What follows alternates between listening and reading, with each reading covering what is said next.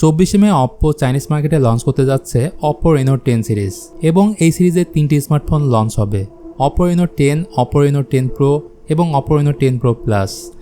যদিও ইন্ডিয়া এবং বাংলাদেশের মার্কেটে Oppo Reno10 এবং Oppo Reno10 Pro এই দুটি স্মার্টফোন লঞ্চ হবে।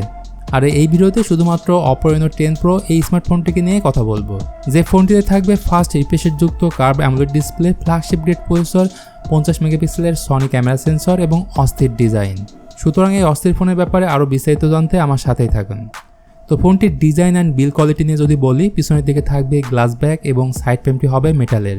দেখে মনে হচ্ছে এটার বিল্ড কোয়ালিটি অনেক সলিড হবে।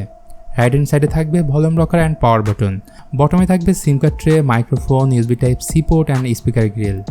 উপরের দিকে থাকবে noise cancelling mic and ear blaster.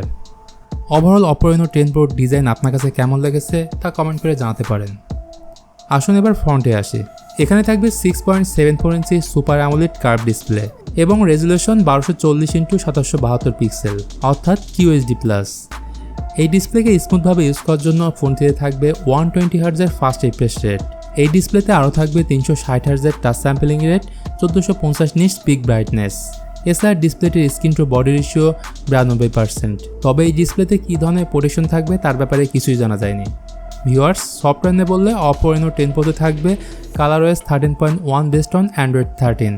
এই ফোনে 4 বছরের অ্যান্ড্রয়েড আপডেট এবং 5 বছরের সিকিউরিটি আপডেট থাকতে পারে। স্পেসিফিকেশন নিয়ে বললে এখানে থাকবে Mediatek Dimensity 8200, যেটি 4 ন্যানোমিটার বেস চিপসেট এবং এর GPU Mali G610 MC6, যেখানে থাকবে 16GB LPDDR5X RAM এবং 256GB 512GB UFS 3.1 স্টোরেজ।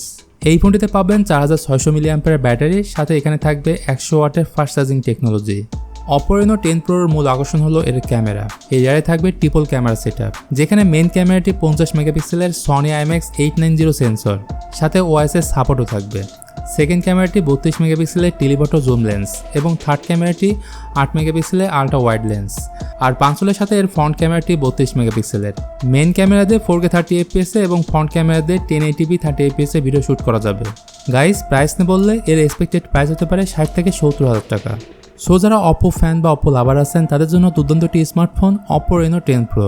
তো আজকের ভিডিওটি এ পর্যন্তই, দেখা হবে পরের ভিডিওতে খুব তাড়াতাড়ি।